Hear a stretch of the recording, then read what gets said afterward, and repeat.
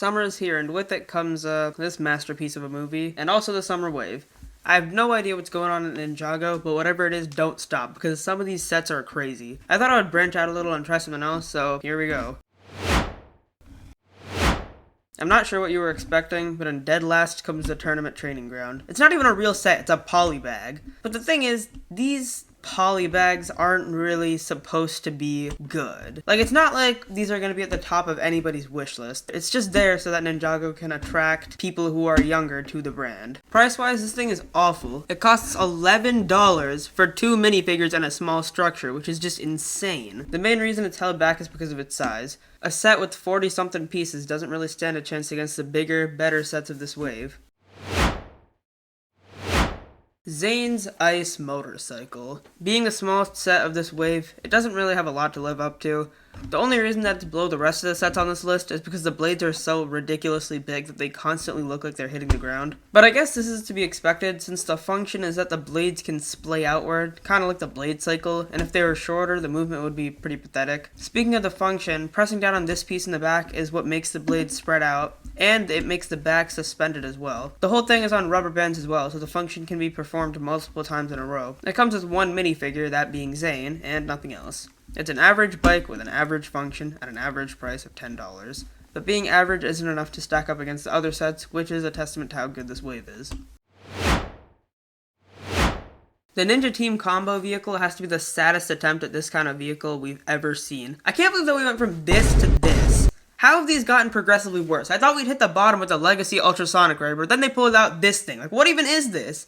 Sora's glider isn't even a vehicle, it's a brick with wings on it. Lloyd's vehicle looks stupid, and they use the treads to make it look unique, but the treads are double the size of the rest of it, so now it looks short, and the whole thing is a disaster. The only reason it ranks above Zane's motorcycle is because the bikes actually look good. They have this function to connect to each other, which is cool, and I wouldn't have complained if these bikes came as their own separate set. The minifigures are also decent, I guess, with 6 in total. Lloyd, Nia, Sora, Cole, and 2 of the Wolf Mask Warriors. Other than that, the set is a train wreck. It's like owning several broken cars. You can tell with the people that you own multiple vehicles, but if they're all missing an engine and a few of them don't have tires, then you're still gonna have to walk everywhere. Sora's glider is only there so that they could say there's 4 vehicles. Ninjago, what happened? We had the Ultrasonic Raider, then we had this peak set, which is definitely top 3 sets of all time for me. Then we got this mess, and then they somehow made it this bad. If they try another one of these vehicles and it somehow gets worse, that's an achievement all on its own. Thankfully, Ninjago is thoughtful with the price, and made this piece of garbage a completely affordable $90.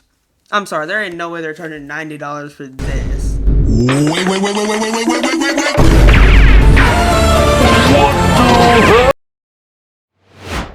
The Tournament Battle Arena is a very balanced set.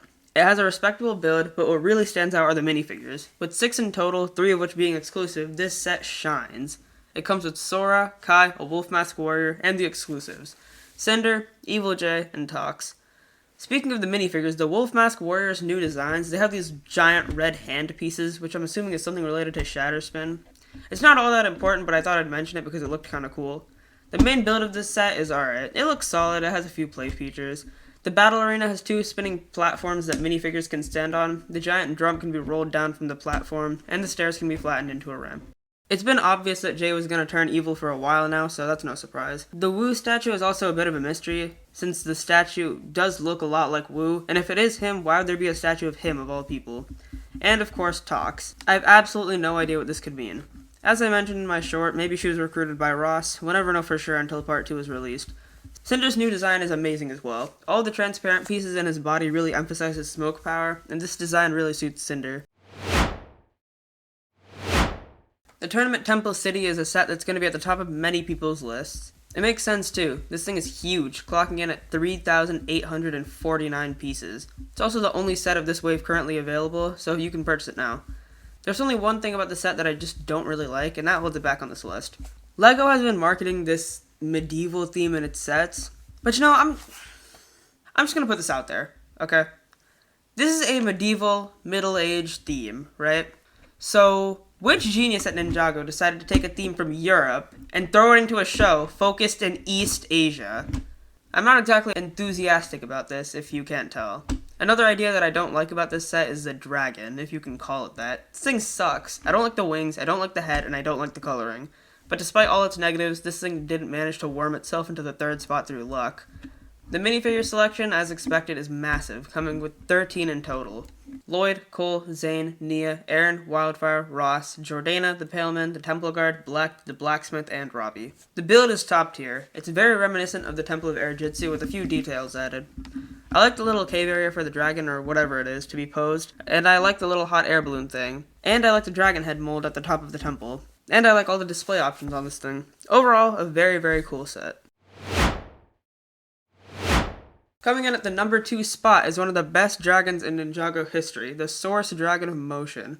And oh my god, this thing is amazing. It is a perfect dragon. The bright red mixed with a darker red, and the gold is an amazing color combination. The flame print on the wings looks great, and the use of those hook pieces as horns was a creative decision.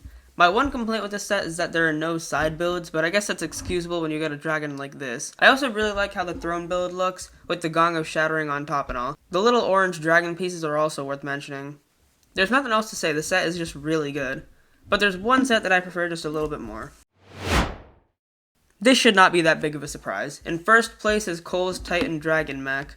This is by far the best mech ever made in Ninjago history. It has all kinds of articulation. Elbows, knees, ankles, you name it. Also, I mean, come on. It looks so good. The white is controversial between all of the fans, but I personally love it. The contrast looks amazing.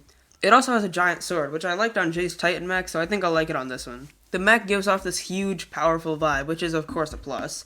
Speaking of huge, this thing is enormous at 45 centimeters. The dragon wings on the back are stunning, and the head looks cool. This set was on the verge of being the best Ninjago set and one of the best LEGO sets ever. There's only 2 small problems that I have with it. Firstly, the Mech Cole minifigure looks stupid. The white is okay, it matches the mech, so it looks fine. No, the real problem is the hood. It has a full torso of white, the legs are completely white, and then the hood is black. If they'd added a few little hints of black along the minifigure, it would have been fine, but no, they had to make it all white. Seriously, they were gonna be dipping too far into the savings for this? The few, like, $100,000 to color these figures black, that's what would have pushed them over the edge?